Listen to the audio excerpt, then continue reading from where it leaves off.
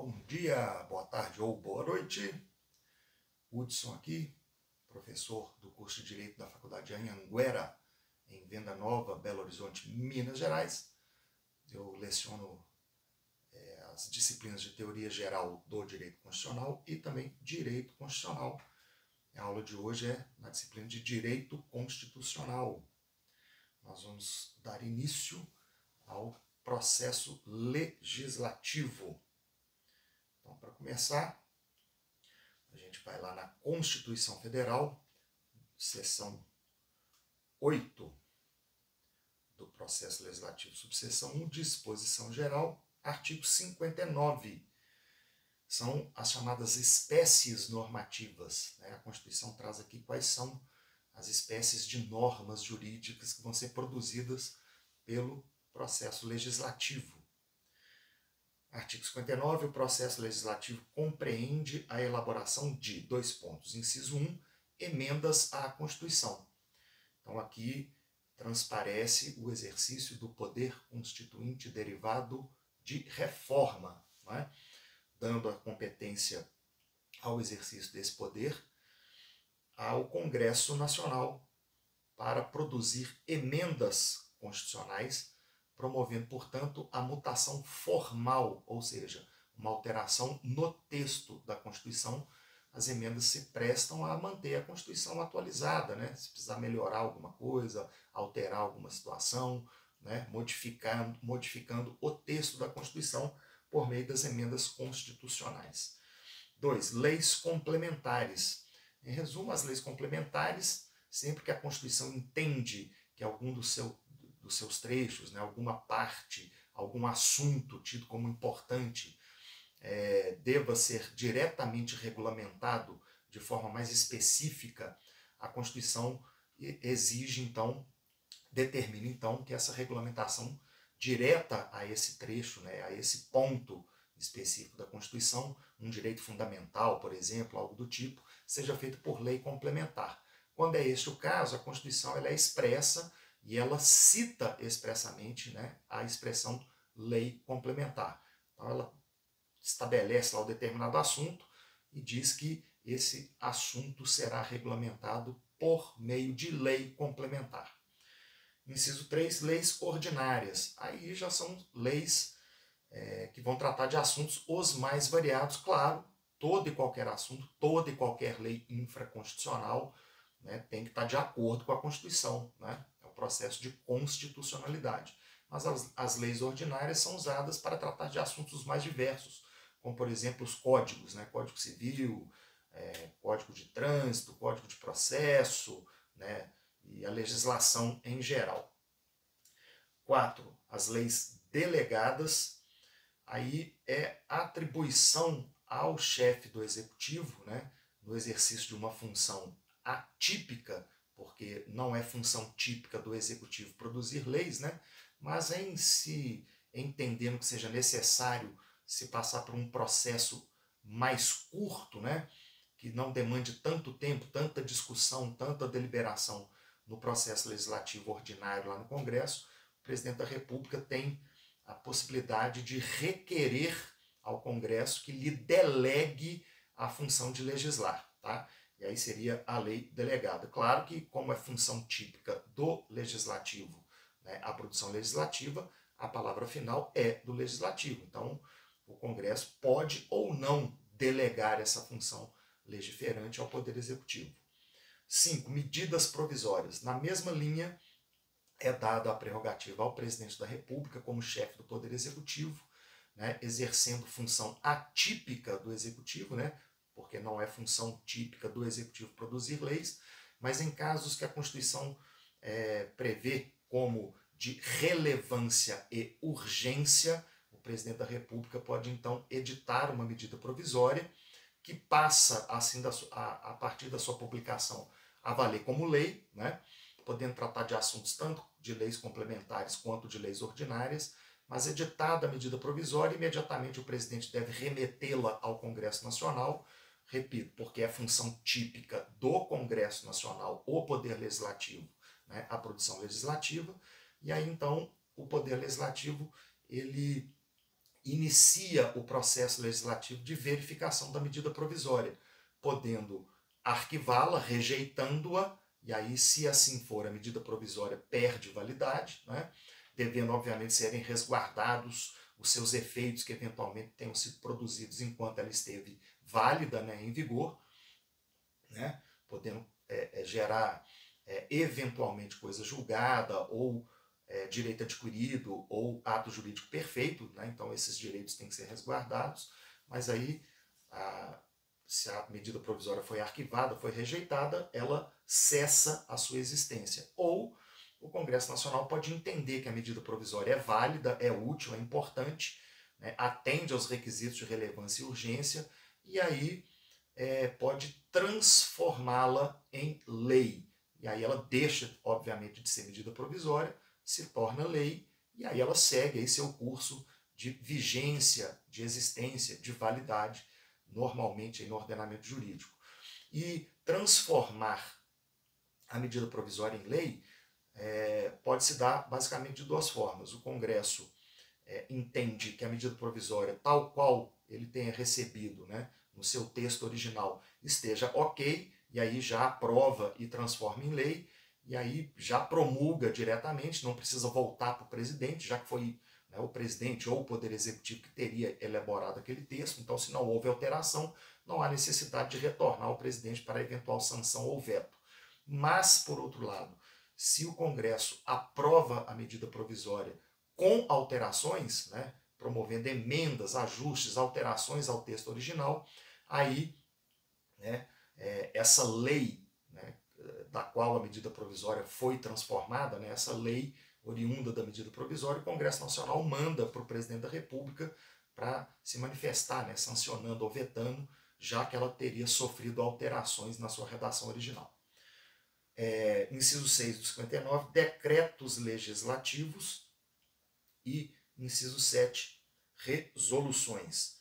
Os decretos legislativos, deixa eu pegar aqui o dispositivo específico, parágrafo,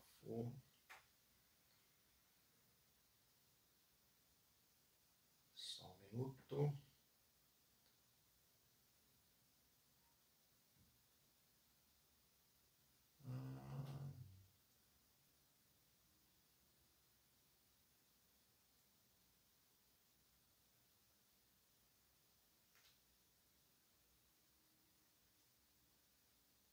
Só um minutinho, estou localizando aqui o artigo para citar, sobre os decretos legislativos e as resoluções do Congresso Nacional. Isso aqui, ó.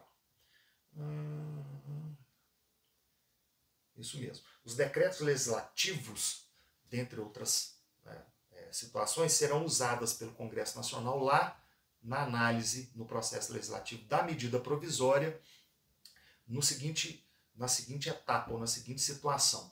A medida provisória ela é editada com prazo de validade de 60 dias, podendo esse prazo ser prorrogado por uma única vez por mais 60 dias. Então a medida provisória teria aí a validade máxima de até 120 dias, né? Nesse interregno, estabelecendo-se o processo legislativo da medida provisória lá no Congresso, o Congresso teria 45 dias para tratar da medida provisória, rejeitando-a ou aprovando-a.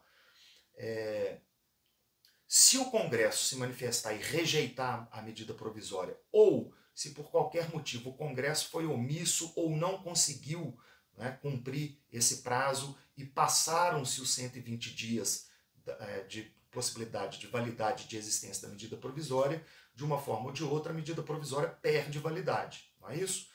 Mas, como a gente já tinha adiantado, ao longo da existência e da validade da medida provisória, enquanto ela existiu, ela pode ter produzido efeitos. E aí esses efeitos produzidos pela medida provisória, enquanto ela existiu e tinha validade e aplicabilidade, serão regulamentados pelo Congresso Nacional por meio de um decreto legislativo. Ok? Já as resoluções, dentre outras situações, as resoluções serão utilizadas pelo Congresso Nacional quando o presidente pede delegação do poder de legislar, né? Para produzir uma lei delegada, o presidente solicita essa delegação ao Congresso Nacional. Se o Congresso Nacional entende que vai delegar esse poder legislativo ao presidente da República para que ele publique, né, o projeto de lei que lhe foi delegado, essa autorização será dada ao presidente por meio de uma resolução, ok? Então, são essas aí as nossas espécies normativas previstas aqui no artigo 59. Repetindo, o processo legislativo compreende a elaboração de emendas à Constituição, leis complementares, leis ordinárias, leis delegadas, medidas provisórias, decretos legislativos e resoluções.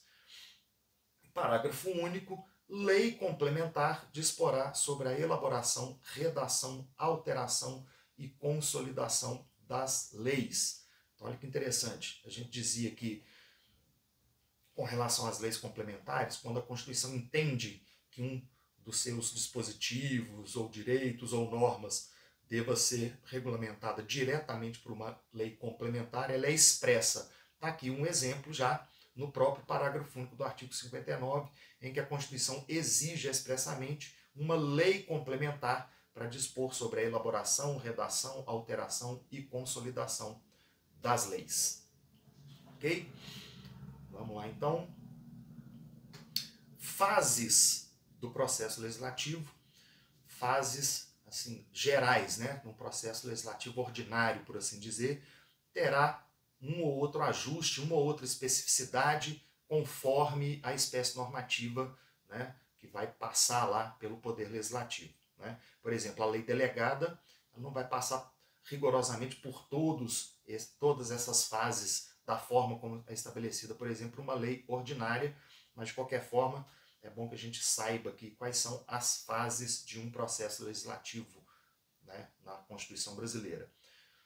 A primeira fase é a do início ou da iniciativa, seja de uma proposta de emenda à Constituição, seja da proposta de alguma das demais espécies normativas, né? A iniciativa do projeto de uma lei complementar, ou de uma lei ordinária, ou de uma lei delegada, ou de uma medida provisória, enfim.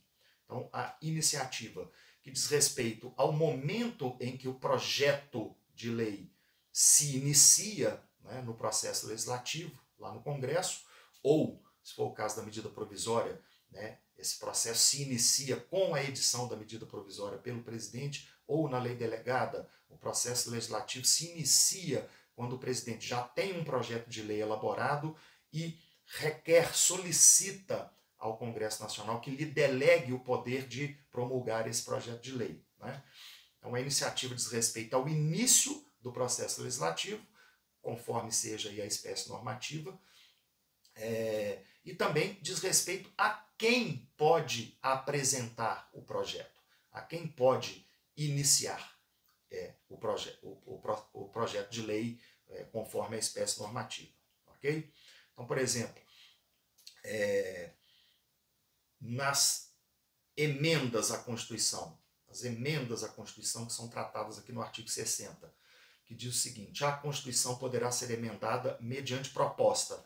E aí tem 3 incisos dizendo quais instituições, quais pessoas poderão apresentar um projeto de emenda constitucional. Então, quem pode iniciar um projeto de emenda? Proposta de 1/3 no mínimo dos membros da Câmara dos Deputados ou do Senado Federal. Então, um quórum qualificado, né? 1/3 dos membros da Câmara ou dos membros do Senado. 2, iniciativa pelo próprio presidente da República. Então, o presidente da República tem a competência constitucional de elaborar um projeto de emenda e apresentar ao Congresso, né? Obviamente que o Congresso que vai decidir se vai colocar em pauta, se vai colocar em votação, se vai aprovar ou não ao final esse projeto. Mas o presidente tem a competência de iniciar, né, o processo legislativo da emenda. E 3, iniciativa também de mais da metade das assembleias legislativas das unidades da federação, manifestando-se cada uma delas pela maioria relativa de seus membros. Então, mais um quórum qualificado aqui. Maioria relativa de seus membros é a maioria absoluta. Ok? Então, uma dessas figuras aqui, ou dessas instituições, né, que tem competência para apresentar o projeto de emenda constitucional lá no Congresso, né, faz parte da sua iniciativa, né, dando a fase inicial do processo legislativo da emenda constitucional. No mais, né, na lei delegada e na medida provisória, a gente já viu que é o chefe do Poder Executivo, o presidente da República, né, que edita a medida provisória ou produz o texto de um projeto de lei pedindo a delegação da competência de publicar esse projeto, transformando em lei, né, na lei delegada, então iniciativa pelo presidente da República, ou o presidente da República também pode apresentar ao Congresso Nacional um projeto de lei complementar, de lei ordinária, ou membros do próprio Congresso Nacional, né, deputados e senadores, que podem também internamente apresentar um projeto de lei à sua mesa diretiva para que se eventualmente possa se dar início ao processo legislativo desses projetos. Ok?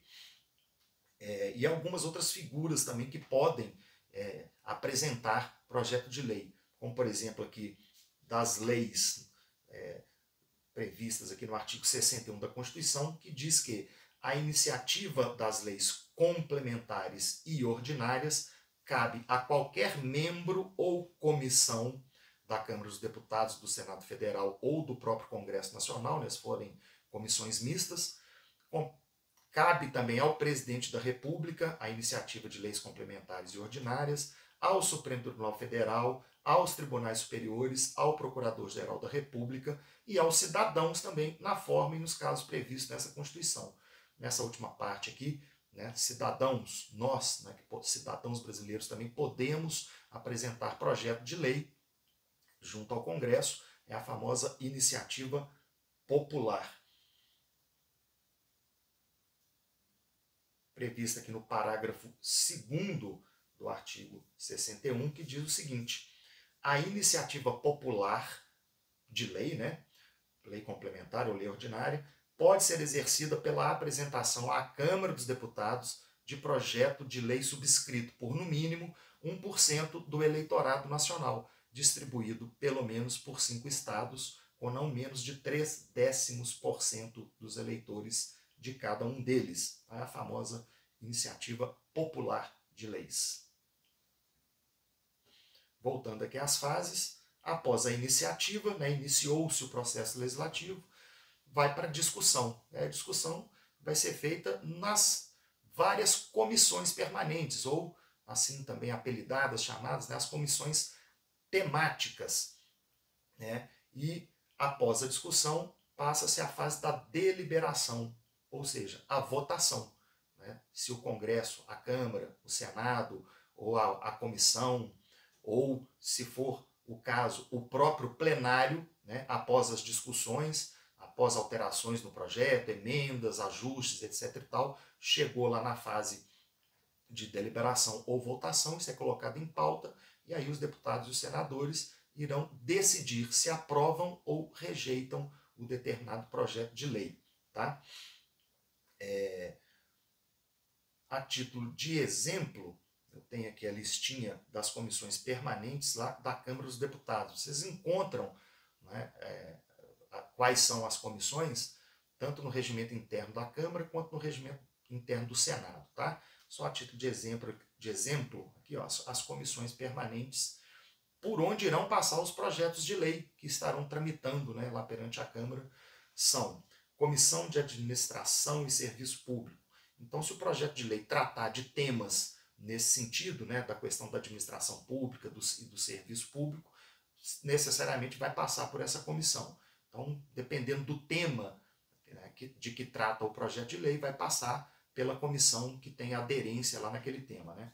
Outra aqui, ó, Comissão de Agricultura, Pecuária, Abastecimento e Desenvolvimento Rural, Comissão de Ciência, Tecnologia e Inovação, Comissão da Amazônia e dos Povos Originários e Tradicionais, Comissão de Comunicação, Comissão de Constituição e Justiça e de Cidadania, Comissão de Cultura, Comissão de Defesa do Consumidor, Comissão de Defesa dos Direitos da Mulher, Comissão de Defesa dos Direitos da Pessoa Idosa, Comissão de Defesa dos Direitos das Pessoas com Deficiência, Comissão de Desenvolvimento Econômico, Comissão de Desenvolvimento Urbano, Comissão de Direitos Humanos, Minorias e Igualdade Racial, Comissão de Educação, Comissão do Esporte, Comissão de Finanças e Tributação, Comissão de Fiscalização Financeira e Controle, Comissão da Indústria, Comércio e Serviços, Comissão de Integração Nacional e Desenvolvimento Regional, Comissão de Legislação Participativa, Comissão de Meio Ambiente e Desenvolvimento Sustentável, Comissão de Minas e Energia, Comissão de Previdência, Assistência Social, Infância, Adolescência e Família, Comissão de Relações Exteriores e de Defesa Nacional, Comissão de Saúde, Comissão de Segurança Pública e Combate ao Crime Organizado, Comissão de Trabalho, Comissão de Turismo e, por fim, Comissão de Viação e Transportes. Então vejam que são inúmeras comissões tratando dos mais variados temas, né? Então, repetindo, conforme o assunto tratado num determinado projeto de lei, ele vai ser direcionado para uma ou algumas dessas comissões temáticas aqui, ok?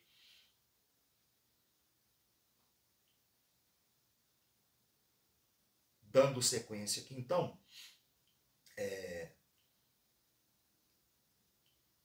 vamos dar uma olhada aqui na emenda à Constituição. Então, o processo legislativo das emendas constitucionais já estão previstas aqui no artigo 60 da Constituição, que diz o seguinte: a Constituição poderá ser emendada mediante proposta. A gente já viu aqui, vamos repetir, né? Quem pode iniciar, apresentar um projeto de emenda lá no Congresso, de 1/3 no mínimo dos membros da Câmara dos Deputados ou do Senado Federal, né? Maioria absoluta, quórum qualificado, né? De 1/3, né? Com relação aos membros, ou da Câmara ou do Senado. Iniciativa 2 aqui, do Presidente da República, e 3, de mais da metade das Assembleias Legislativas das unidades da Federação, manifestando-se cada uma delas por maioria absoluta. Né? A expressão aqui da Constituição é pela maioria relativa de seus membros. Então, maioria absoluta. E aqui nós temos 5 parágrafos que vão tratar dos aspectos específicos do processo legislativo da emenda à Constituição. Vamos lá. Parágrafo 1º. A Constituição não poderá ser emendada na vigência de intervenção federal, de estado de defesa ou de estado de sítio. Aí aqui é importante que a gente se lembre, recorde lá da teoria da Constituição.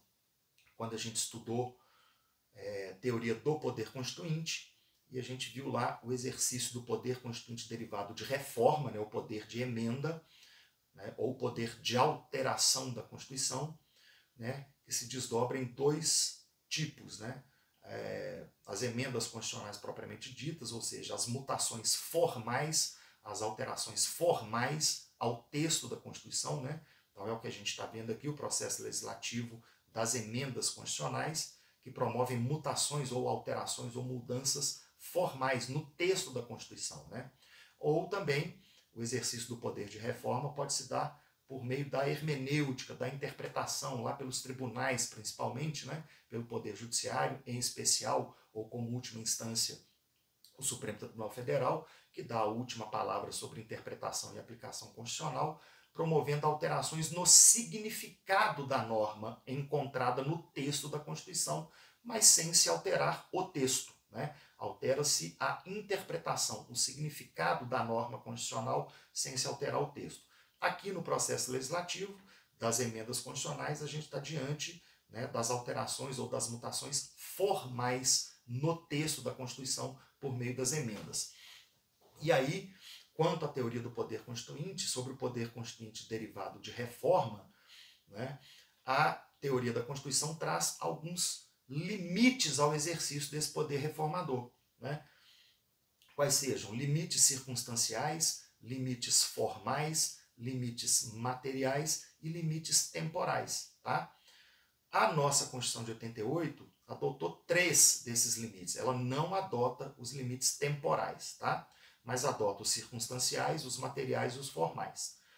Os limites formais são os dispositivos aqui do artigo 60 que tratam da iniciativa, como os 3 incisos do caput do artigo 60, e que tratam do quórum para aprovação do projeto de emenda e como ela tramitará. Então, são aspectos do processo legislativo, né? Então, limites formais ou processuais. Como, por exemplo, vou pular aqui o parágrafo 1º, parágrafo 2º. A proposta será discutida e votada em cada caso do Congresso Nacional em 2 turnos, considerando-se aprovada se obtiver em ambos 3/5 dos votos dos respectivos membros. Então, isso é um aspecto procedimental, do rito do processo legislativo, né? Então, faz parte da limitação formal. Parágrafo 3º. A emenda à Constituição será promulgada pelas mesas da Câmara dos Deputados e do Senado Federal com o respectivo número de ordem, né? O número da emenda e o ano em que ela foi eventualmente promulgada. Também um aspecto procedimental, processual, né? Do rito do processo legislativo. E parágrafo 5º, a matéria constante de proposta de emenda rejeitada ou havida por prejudicada não pode ser objeto de nova proposta na mesma sessão legislativa. Lembrando, a sessão legislativa é o período anual. Então, se neste ano de 2025 foi apresentado um projeto de emenda e esse projeto foi rejeitado ou havido por prejudicado e arquivado, então o conteúdo, a matéria tratada nesse projeto de emenda rejeitado ou arquivado não pode ser objeto de nova proposta de emenda nesse mesmo ano, nessa mesma sessão legislativa, mas tão somente na próxima sessão legislativa. Então, é um limite que trata aqui também do rito do processo legislativo da medida provisória. Então, as limitações formais ou processuais. Voltando lá no parágrafo 1º, né, a Constituição não poderá ser emendada na vigência de intervenção federal, de estado de sítio, de estado de defesa ou de estado de sítio. Intervenção, estado de defesa e estado de sítio. São as circunstâncias que a Constituição apresenta durante as quais não poderá a Constituição sofrer emenda, não poderá ser emendada enquanto tiver lá acontecendo eventualmente uma intervenção federal ou um estado de defesa ou um estado de sítio. Então aqui a Constituição também prevê limites circunstanciais ao exercício do poder constituinte derivado de reforma. E a Constituição também adota as chamadas cláusulas pétreas, que estão aqui no parágrafo 4º, que são exatamente certos conteúdos, certas matérias sobre as quais há limites no poder de emenda, no poder de se alterar a Constituição. Então são limites materiais ao poder reformador, ao poder constituinte derivado de reforma. São as famosas cláusulas pétreas. Parágrafo 4º do artigo 60, não será objeto de deliberação a proposta de emenda tendente a abolir 1. A forma federativa de Estado, 2. O voto direto, secreto, universal e periódico, né, os direitos políticos, o sufrágio universal, 3. A separação dos poderes e 4. Os direitos e garantias individuais. Para ser bem breve e direto, a interpretação que se faz, o próprio Supremo já sedimentou dessa forma, a doutrina já é pacífica nisso também. Quando se lê aqui dos direitos e garantias individuais, entende-se dos direitos e garantias fundamentais, todos e quaisquer direitos fundamentais previstos na Constituição. Ok? Então esses são os limites materiais ao exercício do poder constituinte derivado de reforma. Com a ressalva de que, ainda nos atendo na lembrança lá da teoria da Constituição, quando a gente tem aquela teoria da classificação das constituições, quanto à estabilidade, constituições rígidas, semi-rígidas, flexíveis, né? A Constituição brasileira ela é classificada quanto à estabilidade como rígida, mas houve autores, há alguns ainda, que entendem que pela forma como a nossa Constituição estabelece que essas cláusulas pétreas, ela seria uma Constituição super rígida ou hiper rígida, né? Porque entenderiam que esses conteúdos aqui do parágrafo 4º do artigo 60, as cláusulas pétreas, seriam imutáveis, não admitiriam nenhum tipo de alteração. Essa visão é reputada como equivocada, não é a corrente majoritária, uma vez que, na verdade, se a gente tomar bastante cuidado e atenção aqui na leitura do caput do parágrafo 4º, a gente vai entender de outra forma. O que está dizendo aqui? Não será objeto de deliberação a proposta de emenda tendente a abolir essas cláusulas pétreas, tendente a abolir a forma federativa de Estado, tendente a abolir o sufrágio universal, né, a soberania popular, ou seja, o voto direto, secreto, universal e periódico, tendente a abolir a separação de poderes, tendente a abolir os direitos fundamentais. Ou seja, não são conteúdos absolutamente imutáveis, não.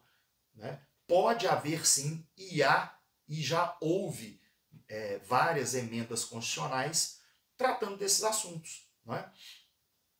O que não pode ter é emenda constitucional tendente a abolir, diminuir, piorar esses sistemas aqui, né, ou esses institutos. Agora, se for uma proposta de emenda que vise a ampliar, por exemplo, o rol de direitos fundamentais, aprimorar a repartição de competências no Pacto Federativo da forma federativa de Estado, né, melhorar, aprimorar o sistema eleitoral, né, garantindo mais e mais o exercício da soberania popular, né, melhorar, vamos dizer assim, o sistema de freios e contrapesos para que os três poderes atuem sempre em harmonia e com independência um com relação aos outros. Né? Se forem propostas de emenda nesse sentido, elas são bem-vindas, podem acontecer como de fato aconteceram e acontecem. Por isso que não dá para se dizer, com base aqui nas nossas cláusulas pétreas, na forma como elas são trazidas e tratadas aqui no parágrafo 4º do artigo 60 da nossa Constituição, que a nossa Constituição seria super rígida ou hiper rígida ou coisa que o seja. Não. Nossa Constituição quanto à estabilidade ela é rígida, porque exatamente ela traz aqui no artigo 60 uma série de ritos, né, de procedimentos, de quórum, de circunstâncias e de cláusulas pétreas, ou seja, um procedimento mais dificultoso, mais difícil para que a emenda possa ser aprovada e, portanto, seja promovida essa alteração formal no texto da Constituição, do que o processo legislativo das demais espécies normativas, e é exatamente isso que nos dá a rigidez constitucional. Ok? Dando sequência no artigo 61 das leis. A iniciativa das leis complementares e ordinárias cabe a qualquer membro ou comissão da Câmara dos Deputados, do Senado Federal ou do Congresso Nacional, ao Presidente da República, ao Supremo Tribunal Federal, aos Tribunais Superiores, ao Procurador-Geral da República e aos cidadãos, na forma e nos casos previstos nessa Constituição. Parágrafo 1º. E aí a leitura da Constituição mesmo, ela é bem autoexplicativa, mas vamos tratar dela aqui. Parágrafo 1º. São de iniciativa privativa do Presidente da República. Então, só o Presidente da República que pode propor, apresentar lá ao Congresso projetos de lei que tratem destes assuntos aqui, ó. Inciso 1. Fixem ou modifiquem os efetivos das Forças Armadas. Lembrando que é o Presidente da República, o chefe do Poder Executivo, que é o comandante em chefe, né, das Forças Armadas. 2. Projetos de lei que disponham sobre a criação de cargos, funções ou empregos públicos na administração direta e autárquica ou aumento de sua remuneração. Projeto de lei que trata disso aqui também de iniciativa do Presidente da República, porque trata diretamente da própria estrutura e organização do Poder Executivo, do qual ele é o chefe, né, o chefe do Poder Executivo. B. Organização administrativa e judiciária, matéria tributária e orçamentária, serviços públicos e pessoal da administração dos territórios. Então, uma ressalva aqui quanto aos territórios. Desde a promulgação da Constituição de 88, voltando aqui, né, melhorando aqui o áudio, mas eu acho que a primeira parte ficou audível também, então eu vou manter. É porque eu estava com o fone longe de mim, né? Mas vamos lá, dando sequência então, a gente estava falando dos territórios, né? Então a ressalva aqui quanto aos territórios, desde a promulgação da Constituição de 88, que nós não temos mais territórios, né? Mas a Constituição prevê, lá no artigo 18 da Organização da Federação Brasileira, a possibilidade de voltarmos a ter territórios federais. E aí o território federal ele não é um ente federativo, ele não goza de autonomia, ele não tem constituição própria, legislação própria. Ele pertence à União, ok? Então, se ele pertence à União, ele está submetido, pelo menos quanto à sua organização administrativa, organização orçamentária e tributária, de serviços públicos e etc., a sua estrutura administrativa e orçamentária, tributária, vai ser gerenciada pela União. E quem é o chefe do executivo lá na União? É o presidente da República. Então, projetos de lei que tratem desses assuntos, organização administrativa e judiciária, matéria tributária e orçamentária, serviços públicos e o pessoal da administração, os servidores públicos dos territórios, uma vez que o território pertence à União, as leis que tratem desses assuntos lá do território, da organização do território, serão de iniciativa do presidente da República, ok? A linha C, também de leis de iniciativa privativa do presidente da República, que trate sobre servidores públicos da União e territórios, seu regime jurídico, provimento de cargos, estabilidade e aposentadoria. Letra D de dado, organização do Ministério Público e da Defensoria Pública da União, bem como normas gerais para a organização do Ministério Público e da Defensoria Pública dos Estados, do Distrito Federal e dos territórios.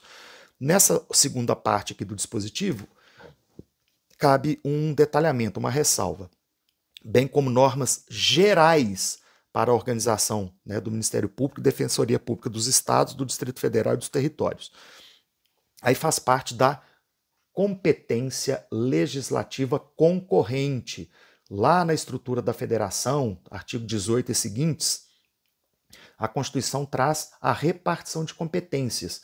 E quanto às competências legislativas concorrentes, compete à União produzir leis de caráter geral, de disciplinas gerais sobre determinado assunto, e aí os demais entes federativos, no âmbito das suas especificidades, os estados e os municípios, produzem leis em concorrência com aquela lei que trata de aspectos gerais, feita pela União. Os estados, o Distrito Federal e os municípios produzem leis de interesse do seu estado, do seu município, em consonância com essa lei geral produzida pelo Poder Executivo Federal, pela União. Tá? Então é esse o caso aqui da linha D.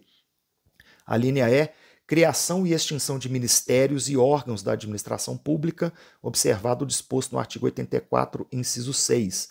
O artigo 84, inciso 6, que trata exatamente de competência do presidente da República lá no Poder Legislativo, que trata de edição de decretos por parte do presidente da República que vão regulamentar essas leis que o próprio presidente terá iniciativa, aqui no caso da linha E. E F, leis que disponham sobre militares das Forças Armadas, seu regime jurídico, provimento de cargos, promoções, estabilidade, remuneração, reforma e transferência para a reserva. Então esses assuntos todos aqui são de competência privativa, na iniciativa por parte do presidente da República, ok? Parágrafo 2º do artigo 61, a gente já viu também, vamos reler aqui. A iniciativa popular pode ser exercida pela apresentação à Câmara dos Deputados de projeto de lei subscrito por, no mínimo, 1% do eleitorado nacional, distribuído pelo menos por 5 estados, com não menos de 0,3% dos eleitores de cada um deles. Era parágrafo único, aí houve uma emenda em 2001, uma em 98 primeiro, e alterou essa redação, e aí agora a gente tem esse parágrafo 2º, tá? E não temos aqui mais o parágrafo 1º, então ficou sendo tratado aqui no parágrafo 2º a questão da iniciativa popular de leis, ok? Eu vou dar um salto aqui rapidinho para o artigo 65. Vamos lá, artigo 65. Como o Congresso Nacional é bicameral, há situações em que o processo legislativo vai ser iniciado na Câmara dos Deputados e haverá outras situações em que o processo legislativo será iniciado no Senado Federal. Então, onde o projeto de lei se inicia, essa será a casa iniciadora ou a casa de início. Passa todos os trâmites, todas aquelas fases lá do processo legislativo. Se o projeto de lei for aprovado na casa iniciadora, ela remete o projeto de lei aprovado para a casa revisora, tá? Então, por exemplo, se o projeto de lei foi apresentado e teve o início do processo legislativo na Câmara dos Deputados, a Câmara dos Deputados será a casa iniciadora, a casa de início. Passados os trâmites do processo legislativo, esse projeto de lei foi aprovado, ele é remetido ao Senado, que atuará como casa revisora. Se a casa revisora aprovar o projeto do jeito que recebeu, já manda direto para o presidente da República para sanção ou veto, beleza? Agora, se a casa revisora, no exemplinho dado aqui, o Senado, promover alterações, emendas, ajustes, modificações no projeto que recebeu da Câmara, aí devolve para a Câmara e a Câmara não vai reiniciar o processo legislativo todo de novo, não. A Câmara vai analisar exclusivamente as alterações que o Senado promoveu, acatando ou não, fazendo os ajustes necessários, aí se encerra o ciclo do processo legislativo e o projeto de lei, em sendo aprovado, vai ser remetido ao presidente da República para sanção ou veto, ok? Então, casa de início é a casa onde se iniciou, casa revisora vai ser a outra, né? Ou seja, se começou na Câmara, a Câmara será a casa de início e a casa revisora será o Senado. Se o processo legislativo, por sua vez, começou no Senado, o Senado vai atuar como casa de início e a Câmara como casa revisora. Adiantando, a maioria das hipóteses aqui, iniciativa de projeto de lei lá do artigo 61, né? Iniciativa popular do Procurador-Geral da República, dos tribunais superiores, do Presidente da República, ou de deputado, né, ou comissão lá na Câmara dos Deputados, obviamente que o início será na Câmara dos Deputados, ok? Então ela será a casa de início e a maioria das hipóteses começa lá mesmo. O projeto de emenda também se inicia lá na Câmara dos Deputados e aí o Senado vai ser a casa revisora. Mas é claro que se o projeto de lei for apresentado por um senador ou uma comissão lá do Senado, aí é claro que o projeto vai se iniciar, o processo legislativo vai se iniciar lá no Senado, o Senado será a casa de início e aí a Câmara dos Deputados, nessa hipótese, será a casa revisora, ok? E aí a gente dá uma olhadinha aqui no artigo 66, que diz o seguinte: a casa na qual tenha sido concluída a votação enviará o projeto de lei ao presidente da República, que, aquiescendo, né, ou seja, concordando, o sancionará, né? Então, a depender de quando e onde, né, em qual das duas casas o processo legislativo se encerre com a aprovação do projeto de lei, é nessa casa em que se finalizou o processo é que vai enviar o projeto de lei aprovado para o presidente da República para sancionar ou vetar, né? Então diz aqui que aquiescendo o sancionará. Mas lá no dispositivo específico que trata mais para frente lá do Poder Executivo e atribui a competência de sanção ou veto ao presidente da República, trata lá da sanção ou do veto de forma mais específica, mais ou menos assim. O presidente da República recebeu o projeto de lei aprovado lá no Congresso, ele terá o prazo de 15 dias para se manifestar. Aquiesceu, concordou, sanciona. Sancionou, ele já publica e já entra, né, no ordenamento jurídico, o projeto deixa de ser projeto e se torna lei, não é isso? A sua vigência, né, e a sua aplicabilidade vai depender de eventual prazo de vacatio legis, né, se tiver previsto lá que entra em vigor imediatamente no ato da publicação, já tem vigência e aplicabilidade imediata. Se o próprio projeto de lei prevê uma carência aí de 30 dias, 15 dias, 20 dias ou o que seja, aí tem que se esperar, né, essa vacatio legis para, a partir de então, a lei promulgada passe a ter aplicabilidade, né, e eficácia, ok? Mas se passados os 15 dias o presidente da República não se manifestou, quedou silente, aí a Constituição entende que ele concordou. Então é a chamada sanção tácita, né? Então automaticamente ele deverá publicar e essa lei entrará em vigor. Por outro lado, nesses 15 dias também o presidente pode não concordar e ele poderá então vetar, né? Ele pode vetar alegando, por exemplo, a inconstitucionalidade total ou parcial, parte do projeto de lei. Obviamente ele tem que explicar, ele tem que justificar, tem que dizer, olha, eu entendo que é inconstitucional porque fere a Constituição dessa forma, etc. e tal. Ele pode também ter outra motivação, né, desnecessidade da lei, já existia uma lei que tratasse do assunto, ou alguma incongruência, ou ilegitimidade, ou qualquer situação que o presidente entenda que ele deva vetar, também totalmente ou parcialmente o projeto de lei. Tá? Vetou, devolve o projeto de lei para o Congresso, aí vai ser a atuação conjunta de ambas as casas, né? O Congresso se reúne e o Congresso delibera sobre o veto, podendo acatar o veto ou derrubar o veto, tá? Acatou ou derrubou o veto, devolve o projeto de lei para o presidente da República, né, com ajustes que possa ser feito, etc. e tal, para o presidente promulgar. Né? Derrubou o veto, mandou para o presidente não faz nada, o presidente não sanciona, né, não publica, não promulga a lei, aí o próprio Congresso o fará, ok? Por que isso? Porque a última palavra sempre será do Congresso, nesse tipo de situação, né, no processo legislativo, produção de leis. Por quê? Porque é a função típica do Poder Legislativo, a produção legislativa, né? O presidente da República participa, o Poder Executivo participa, mas como função atípica, ok?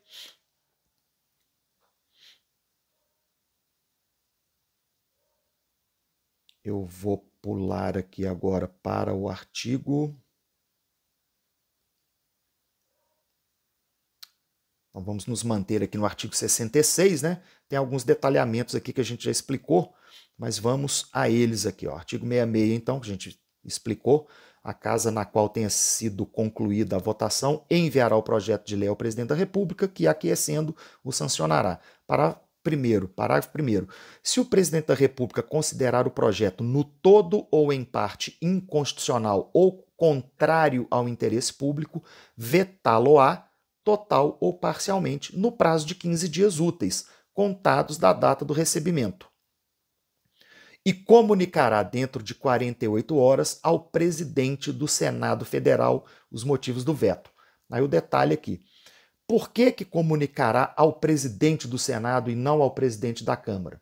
Porque, para tratar do veto, quem cuida do veto é o Congresso Nacional, é a reunião das duas casas. Então, deverá presidir esses trabalhos, né, de verificação do veto previdencial o presidente do Congresso. E quem é o presidente do Congresso? É o presidente do Senado. Por isso que o parágrafo 1º aqui do 66 diz que o presidente comunicará o veto ao presidente do Senado. O presidente do Senado faz a convocação, né, de ambas as casas, assume, né, a presidência do Congresso Nacional, e quem vai verificar sobre e decidir sobre o veto do presidente da República é o próprio Congresso Nacional. Parágrafo 2º. O veto parcial somente abrangerá texto integral de artigo, de parágrafo, de inciso ou de alínea. Ou seja, não cabe veto de palavra, ou algumas palavrinhas, ou parte, né, lá do parágrafo, do artigo, da alínea, do inciso, etc. Tem que ser o texto integral, ok? Parágrafo 3º. Decorrido o prazo de 15 dias, o silêncio do presidente da República importará sanção. É o que a doutrina convencionou chamar aqui da hipótese de sanção tácita, né? Na brincadeira que a gente faz aí, ó, entre aspas, é o famoso quem cala consente, né? É a sanção tácita. Parágrafo 4º. O veto será apreciado em sessão conjunta, ou seja, atuará o Congresso, dentro de 30 dias a contar do seu recebimento, só podendo ser rejeitado pelo voto da maioria absoluta dos deputados e senadores. Mais um quórum qualificado aqui, ó. Maioria absoluta dos membros do Congresso, deputados e senadores. Parágrafo 5º. Se o veto não for mantido, será o projeto enviado para promulgação ao presidente da República. É a hipótese em que o Congresso derruba o veto, não aceita o veto, né? Mantém o projeto de lei e devolve, então, para promulgação pelo presidente da República. Parágrafo 6º.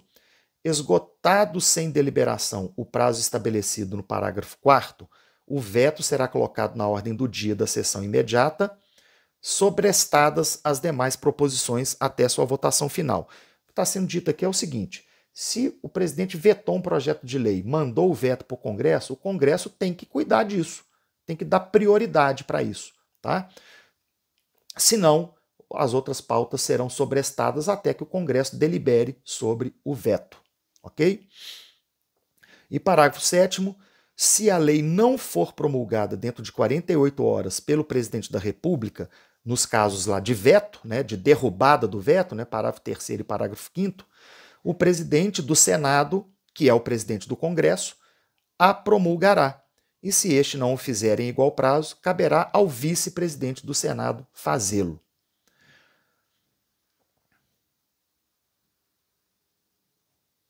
Artigo 67 também é importante.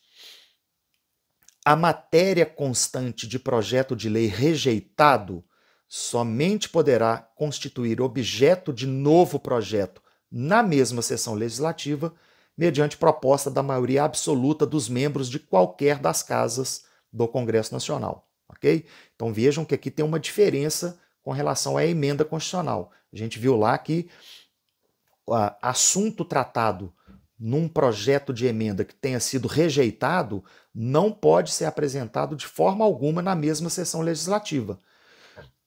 Nem por maioria absoluta, nem por nada. O objeto, a matéria, o assunto tratado em projeto de lei que foi rejeitado só pode ser reapresentado em novo projeto de emenda na outra sessão legislativa, ou seja, no outro ano, no ano seguinte. No caso de projeto de lei, não, lei complementar ou lei ordinária ou outros projetos de lei, né, matéria constante de projeto de lei rejeitado poderá constituir objeto de novo projeto de lei na mesma sessão legislativa, ou seja, no mesmo ano, desde que seja por proposta de maioria absoluta dos membros ou da Câmara ou do Senado. Tá? Mais um caso aí de quórum qualificado, maioria absoluta. Vamos aproveitar aqui e pular já direto aqui para o artigo 68, que trata das leis delegadas. Né? E aí a gente deixa lá o 62, que trata das medidas provisórias, para depois, tá? Porque lá é um pouco mais complicadinho, é um artigo bem grande, bem detalhado. Então vamos aqui ao 68, que trata das leis delegadas. Artigo 68, as leis delegadas serão elaboradas pelo presidente da República, que deverá solicitar a delegação ao Congresso Nacional. Parágrafo 1º, algumas vedações aqui. Não serão objeto de delegação os atos de competência exclusiva do Congresso Nacional.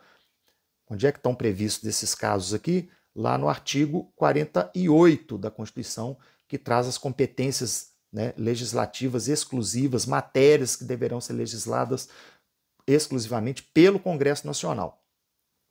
Então essas não podem ser objeto de delegação, né? Não poderão ser objeto de delegação atos de competência exclusiva do Congresso Nacional, também os de competência privativa da Câmara dos Deputados, artigo 51, ou do Senado Federal, artigo 52.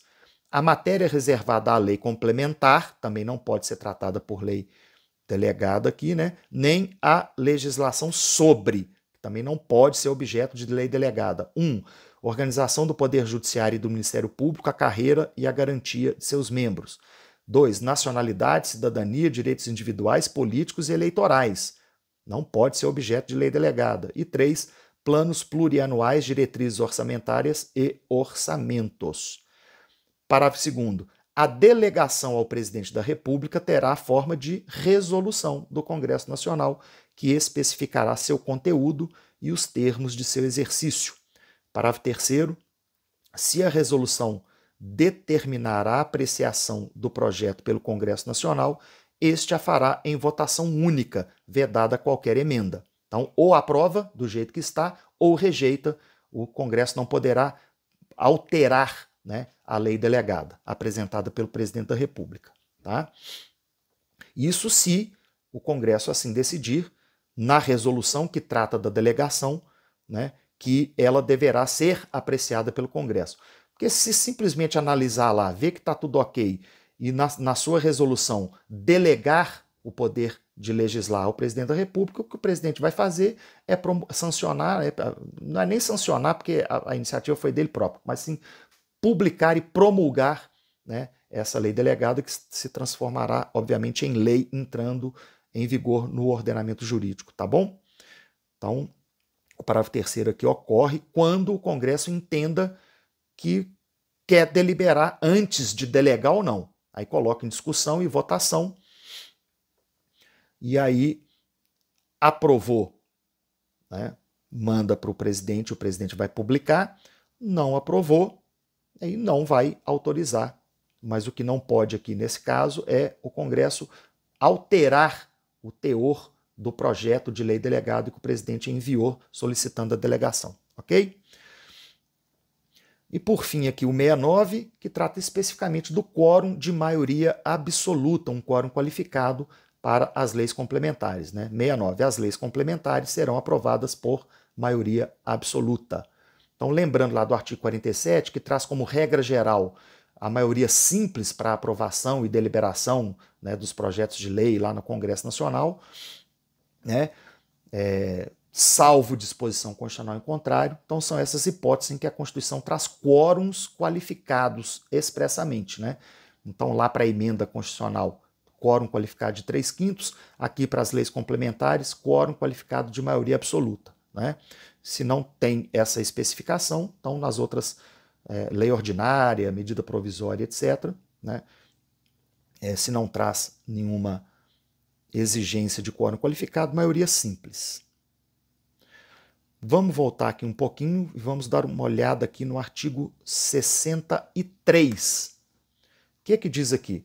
Não será admitido aumento da despesa prevista. Prevista onde? No orçamento, né? 1. Nos projetos de iniciativa exclusiva do presidente da República.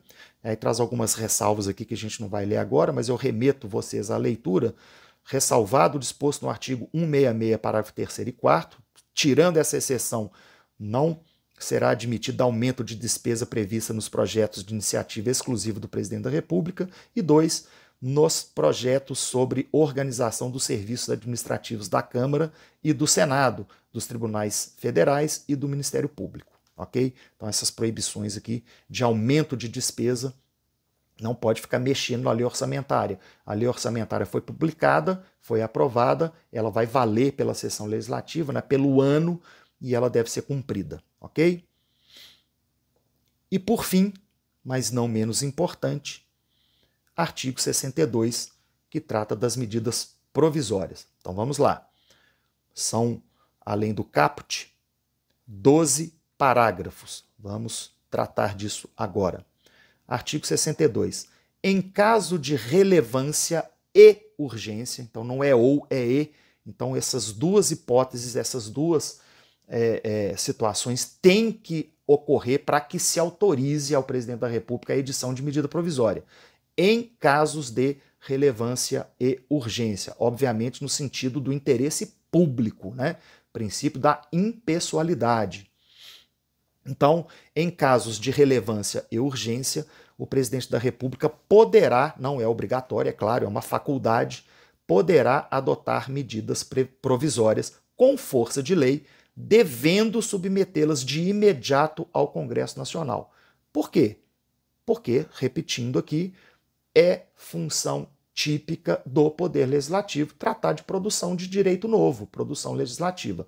Então, o presidente da República pode, em caso de relevância e urgência, adotar uma medida provisória? Pode, mas aí imediatamente tem que remeter ao Congresso para o Congresso decidir sobre se vai arquivar, se vai rejeitar ou se vai transformar em lei, tá certo? Parágrafo 1º. É vedada, é proibida a edição de medida provisória ou de medidas provisórias sobre as seguintes matérias. 1. Relativa a nacionalidade, cidadania, direitos políticos, partidos políticos e direito eleitoral. Isso não pode ser tratado por medida provisória. Também, letra B, direito penal, processual penal e processual civil. C, organização do Poder Judiciário e do Ministério Público, a carreira e a garantia de seus membros. Essa aqui também lá, na lei delegada, também não pode. Não pode aqui também por medida provisória. D, planos plurianuais, diretrizes orçamentárias, orçamento e créditos adicionais e suplementares, ressalvado, é a única exceção aqui, o previsto no artigo 167, parágrafo 3º. Fora isso, essas questões de planos plurianuais, diretrizes orçamentárias, orçamentos, créditos adicionais suplementares não podem ser tratados por medida provisória. Inciso 2. Que vise a detenção ou sequestro de bens de poupança popular ou qualquer outro ativo financeiro. Isso aqui, para quem se lembra, tanto porque viveu a época ou porque estudou a história do Brasil, a história recente, isso foi trazido por uma emenda constitucional, a emenda número 32 de 2001, exatamente por conta daquela tragédia que foi cometida pelo ex-presidente Fernando Collor de Mello, com o confisco, né, de aplicações e de caderneta de poupança da população brasileira, o que gerou um caos tremendo, inclusive muitos empresários, muitos cidadãos, muitas pessoas cometeram suicídio porque enlouqueceram, porque da noite para o dia não tiveram mais acesso ao seu próprio dinheiro. Né? Uma tragédia que foi cometida em um ato extremamente abusivo, autoritário, né? E que gerou muito caos, muito problema, inclusive mortes.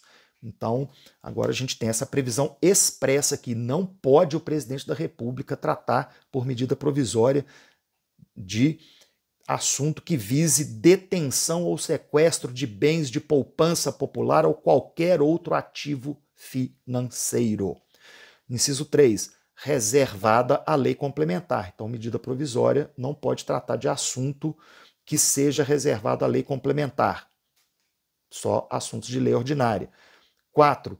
De assunto já disciplinado em projeto de lei aprovado pelo Congresso Nacional e pendente de sanção ou veto do presidente da República. Quer dizer, já teve o processo legislativo, o Congresso já aprovou o projeto de lei, mandou para o presidente da República sancionar ou vetar, aí o presidente vai e edita uma medida provisória tratando desse mesmo assunto. Então não pode. O que ele tem que fazer é sancionar ou vetar aquele projeto de lei que o Congresso aprovou e mandou para ele, ok? Então essas são as proibições, esses assuntos aqui no parágrafo 1º não podem ser tratados em medida provisória. Agora, as especificidades do processo legislativo da medida provisória. Parágrafo 2º. Medida provisória que implique instituição ou majoração de impostos, exceto os previstos nos artigos 153, 1, 2, 4 e 5 e 154, 2, essas são as únicas exceções, só produzirá efeitos no exercício financeiro seguinte se houver sido convertida em lei até o último dia daquele em que foi editada. Isso aqui é para respeitar o princípio da previsibilidade ou da anterioridade ou da anualidade lá no direito tributário. Quer dizer, criar ou modificar, aumentar, majorar impostos por medida provisória tem que acontecer o seguinte: a medida provisória foi editada nesse ano, ela tem que ter sido convertida em lei nesse mesmo ano para poder passar a vigorar no ano que vem. Porque, de resto, toda e qualquer legislação tributária é assim. Se ela é aprovada num ano, ela passa a vigorar só no ano que vem, ok? Parágrafo 3º. As medidas provisórias, ressalvado o disposto nos parágrafos 11 e 12, que a gente vai ler daqui a pouco, perderão eficácia desde a edição se não forem convertidas em lei no prazo de 60 dias, prorrogável nos termos do parágrafo 7º, uma vez por igual período, devendo o Congresso Nacional disciplinar por decreto legislativo as relações jurídicas delas decorrentes. É aquilo que a gente já tinha falado antes, vamos repetir aqui e especificar. A medida provisória ela tem um prazo de 60 dias, podendo ser prorrogado por mais 60. Então a medida provisória pode vigorar pelo prazo máximo de 120 dias. Se nesse prazo ela não foi transformada em lei, ela cai, ela perde eficácia, ela deixa de existir, tá? Mas enquanto ela existiu, ela produziu efeitos. E aí esses efeitos serão regulamentados por decreto legislativo, ok? Parágrafo 4º. O prazo a que se refere o parágrafo 3º contar-se-á da publicação da medida provisória, suspendendo-se durante os períodos de recesso do Congresso Nacional. Então, se foi editada uma medida provisória, foi mandada para o Congresso, ela está lá com 60 dias, podendo ser prorrogada por mais 60. Aí, nesse meio do caminho, recesso parlamentar. suspende o prazo, tá? Suspende a contagem do prazo de validade da medida provisória. Ela continua valendo. Voltou o funcionamento regular do Congresso, volta-se a contar o prazo dos no máximo aí 120 dias de validade da medida provisória, ok? Parágrafo 5º. A deliberação de cada uma das casas do Congresso Nacional sobre o mérito das medidas provisórias dependerá de juízo prévio sobre o atendimento de seus pressupostos constitucionais. Então, primeiro ponto, quais são os pressupostos constitucionais da medida provisória? A relevância e a urgência. Então, o que vai acontecer aqui? E mais para frente vai ter o dispositivo que vai falar isso aqui, que é o parágrafo 9º, tá? O que vai acontecer aqui? Recebeu o Congresso uma medida provisória, imediatamente, qual que é o primeiro passo? É o Congresso criar uma comissão provisória, ela vai ter tempo de duração, uma comissão mista com membros do Senado e membros da Câmara. Essa comissão vai fazer o quê? Vai fazer essa análise prévia, verificando se a medida provisória atende ou não aos requisitos constitucionais da relevância e urgência. Se entendeu que sim, emite o parecer e manda para a sequência aí do processo legislativo de verificação da medida provisória, tá? Se entendeu que não cumpre, manda também, e aí isso vai ser verificado, acatado ou não, tá certo? Vamos ver aqui o parágrafo 9º. Caberá à comissão mista de deputados e senadores examinar as medidas provisórias e sobre elas emitir parecer, antes de serem apreciadas em sessão separada pelo plenário de cada uma das casas do Congresso Nacional. É essa comissão mista aqui que vai fazer essa análise prévia sobre se entende-se que a medida provisória cumpre ou não os requisitos constitucionais lá da relevância e urgência, ok? Mas vejam que o parágrafo 9º diz que essa comissão mista, que vai verificar se a medida provisória cumpre os requisitos constitucionais de relevância ou urgência, vai emitir um parecer. Ora, se há um parecer, não é uma decisão obrigatória terminativa, é um parecer, tá? A Câmara e o Senado, depois, analisando esse parecer, é que vão decidir se vai querer continuar com o processo da medida provisória ou se acata aquele parecer, né, que disse que ela não cumpre os requisitos constitucionais, por exemplo, e aí manda arquivar, ok? Então, o que é importante aqui é a gente entender que, por ser um parecer, o que está previsto, indicado, apontado no parecer não é obrigatório, tá bom? É apenas um parecer. Voltando aqui, então. Deliberação a gente já viu aqui.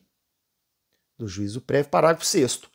A medida provisória, se a medida provisória não for apreciada em até 45 dias contados de sua publicação, entrará em regime de urgência, subsequentemente em cada uma das casas do Congresso Nacional, ficando sobrestadas até que se ultime a votação, né, da medida provisória, todas as demais deliberações legislativas da casa em que estiver tramitando. Então, resumindo, o que está dizendo aqui? O Congresso Nacional, né, a Câmara e depois o Senado, recebeu a medida provisória, vai ter o prazo de até 45 dias para decidir sobre, tá? Então vai ter aquela comissão prévia, vai emitir o parecer sobre se a medida provisória acata ou não, né, os requisitos lá de relevância e urgência, aí dá sequência no processo legislativo e aí tem 45 dias para decidir. Rejeita? Aprova? Aprova do jeito que está? Aprova com alterações? Enfim, transforma ou não em lei? Mas se o Congresso não cumprir esse prazo de 45 dias, né, a Câmara ou o Senado não cumprir esse prazo dos 45 dias, lembrando que a medida provisória vale por 60 dias, podendo ser prorrogada por mais 60, ou seja, ela pode ter validade por 120 dias, né, o que acontece? Trava a pauta. Não cumpriu os 45 dias, trava a pauta e aí a observância, né, e a deliberação sobre a medida provisória entra em regime de urgência, passando por cima das outras pautas que tiverem lá na Câmara e no Senado, para forçar, de alguma forma, que o Congresso decida sobre a medida provisória, ok? Parágrafo 7º. Prorrogar-se-á uma única vez por igual período a vigência da medida provisória, no prazo de 60 dias, contado da sua publicação, né, que não tiver a sua votação encerrada nas duas casas do Congresso Nacional, beleza? Então, medida provisória, 60 dias, manda para o Congresso. O Congresso tem 45 dias para decidir. Extrapolou esses 45 dias, trava a pauta. E aí a medida provisória poderá ser, né, ou será, né, prorrogada a sua validade por mais 60 dias. Tá?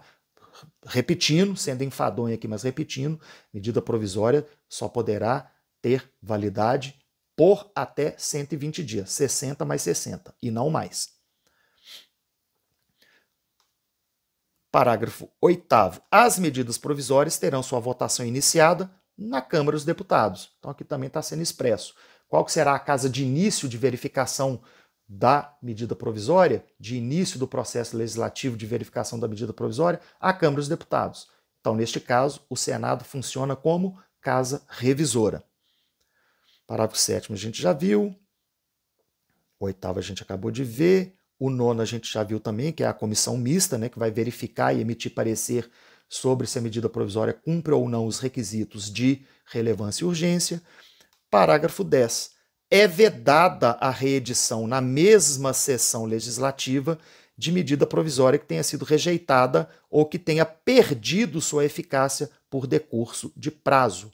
Foi rejeitada ou perdeu validade porque passaram os seus 120 dias máximos de validade, o assunto tratado na medida provisória não pode ser reapresentado por medida provisória de novo na mesma sessão legislativa.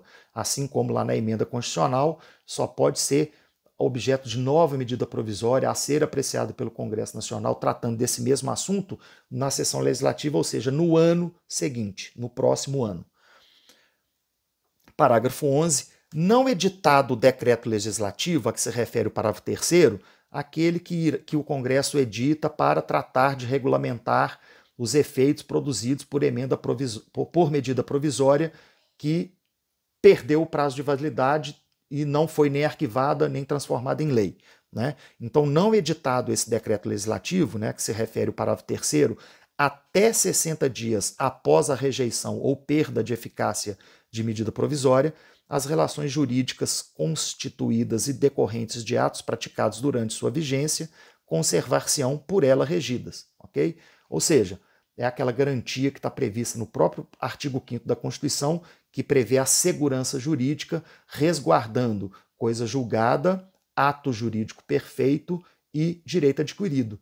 Se eventualmente tiver acontecido coisa julgada, difícil porque a duração é muito pouca, né? 120 dias no máximo, mas vamos supor, se tiver acontecido coisa julgada de matéria sobre essa medida provisória enquanto ela estava em vigência, se tiver ocorrido direito adquirido em decorrência do que a medida provisória previa, ou praticado ato jurídico perfeito, né? Algum negócio ter sido feito, algum contrato, etc., de acordo com o que estava previsto e autorizado nessa medida provisória, esses direitos serão preservados em função da segurança jurídica prevista lá no artigo 5º, com ou sem aquele decreto legislativo, ok? E por fim, parágrafo 12, aprovado o projeto de lei de conversão, né, da medida provisória em lei, alterando o texto original da medida provisória, essa manter-se-á integralmente em vigor até que seja sancionado ou vetado o projeto. Ou seja, em resumo, o presidente da República edita a medida provisória, imediatamente remete ao Congresso, passa primeiro pela Câmara dos Deputados, aprova. Vai para o Senado, aprova. Aí projeto de lei para converter a medida provisória em lei. Se não tiver tido nenhuma alteração no texto original da medida provisória, promulga direto e publica essa nova lei, ok? Agora, se tiver tido alguma alteração no texto original da medida provisória, aí ela foi aprovada com alterações e foi convertida em lei, aí vai para o presidente da República sancionar ou vetar. Por quê? Porque o seu texto original foi alterado, ok? Aí cai naquelas regras gerais lá da sanção ou veto. Combinado? Então, é isso. Finalizamos aqui os detalhes sobre o processo legislativo das espécies normativas previstas aqui a partir do artigo 59 da nossa Constituição Federal. Ok? Então, muito obrigado e até a próxima.